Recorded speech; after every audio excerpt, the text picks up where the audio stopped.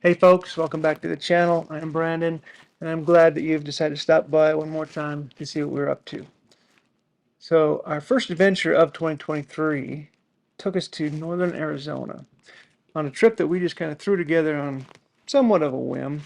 I had been researching some areas down there, looking for a winter trip. I tend to like to go down to the St. George, Utah area in the wintertime because most of the time it's a little bit warmer and you can get out of the snow. So with early March coming, we decided let's hit the road, let's get out of the cold and head down there and see what we can find.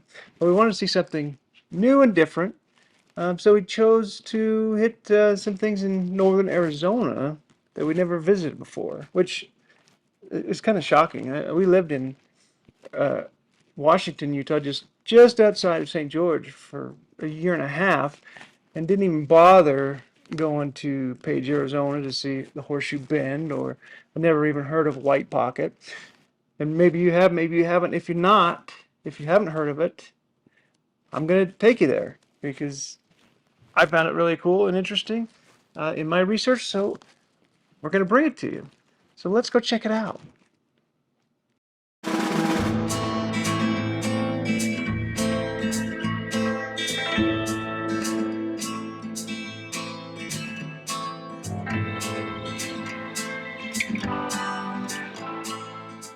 So with half of our day being taken up by a road trip just to get to Canam, we chose to make the drive an adventure as well and made two stops along the way.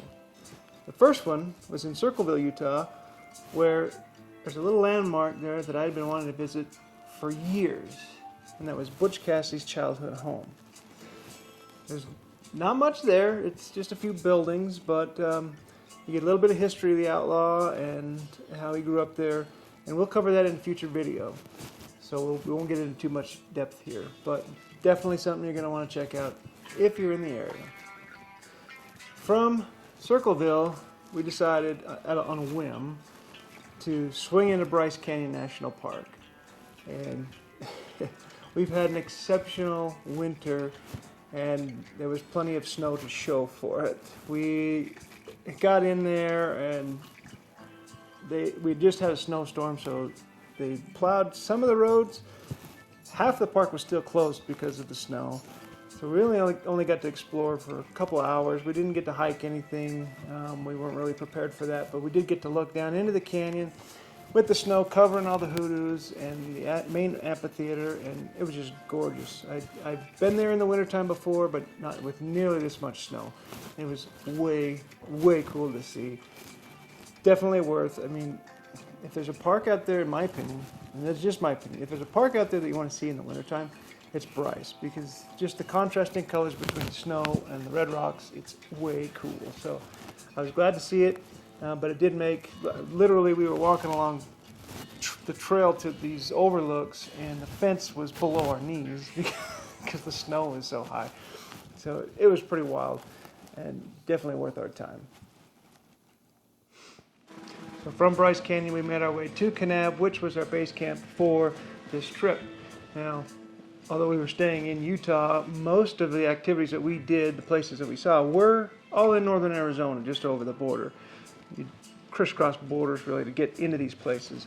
But Kanab makes a really great base camp. It's got food, groceries, everything you need there, and fairly decent-sized town. And a lot of stuff to see there as well, but we didn't spend that much time in Kanab, really. We spent it all in Arizona. So the next day, we woke up to go to Horseshoe Bend. So I am sitting in the Jeep warming it up. It is a very chilly morning here in Kanab. The Jeep says it's 37, but I think it's wrong. I've got my watch is telling me that wherever they pull their data from, it's only 25. It feels more like 25, but supposed to get up to 44 today. Not a bad day. Our original plan was to go into Page, Arizona, go to Horseshoe Bend, and check out the dam and everything over there in that direction. We've been waiting for some grocery stores to open up. They don't open until 7. We kind of left town without getting our full grocery shopping done, so we'll run into town and do that. We also have another issue where one of the folks that's with us is missing a prescription, so we're trying to decide if they're going to go home, or if they're going to try and go to a pharmacy here and try to get something dealt with that way. I don't know. We'll see. So we're kind of playing it by ear right now, but the plan is to go to Page. I'm going to also go to the BLM office at 9 when they open up. I want to check some road conditions because I wanted to go to the water pocket, which is literally halfway between here and Page, but it's a remote. It requires four-wheel drive, which is perfect for what we want to do. But with the snow that they've got down here, which is kind of unusual, we're not quite sure if we can get there. So I want to see what the BLM has to say and if the roads are good enough to even attempt it. So we'll go check in with those guys, see how that is, and we'll get back with you and let you know where we ended up.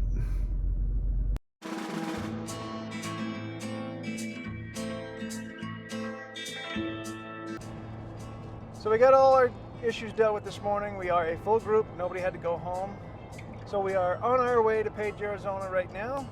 We stopped at Big Al's Burgers at the Junction, burger joint there in Kanab before we left. So we're gonna go out and head to Horseshoe Bend and check that out and see the dam and just spend the rest of the day out there and see what there is to explore out there.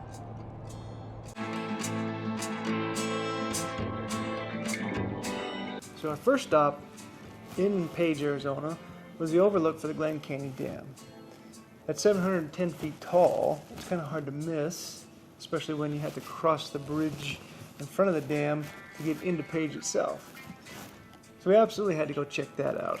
So we got to the parking lot and took a short hike down to the overlook to check out the dam.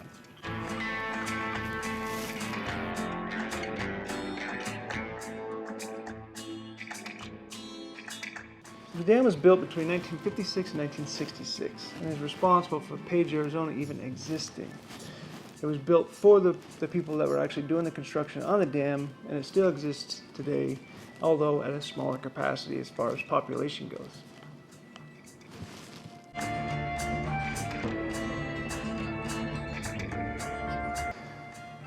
So behind me is the Glen Canyon Dam. You can't really tell, but there's a little white ring above the dam. That's where the water level is supposed to be. It is not even close to that, which I think everybody by now knows that we're in a drought. But it's incredible to see in person, because really there should be a whole lot more water in there, and it's sad. You can barely see any water from the road. It's a scary thing. The dam is also responsible for 4 billion kilowatts per hour of electricity per year that supplies obviously southern Utah, Nevada, and California.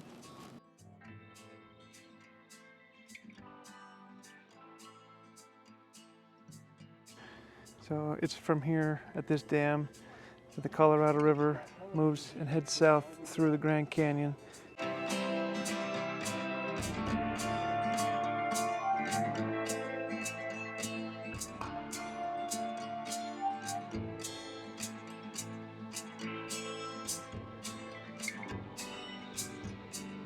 So we spent about a half an hour at the dam overlook, then took in all the sights, got all the pictures we wanted of the dam, and then loaded back up in the Jeeps and headed a few miles south to Horseshoe Bend, which we'll cover in next week's video. Until then, thank you for watching, and I hope you have a great, adventurous week.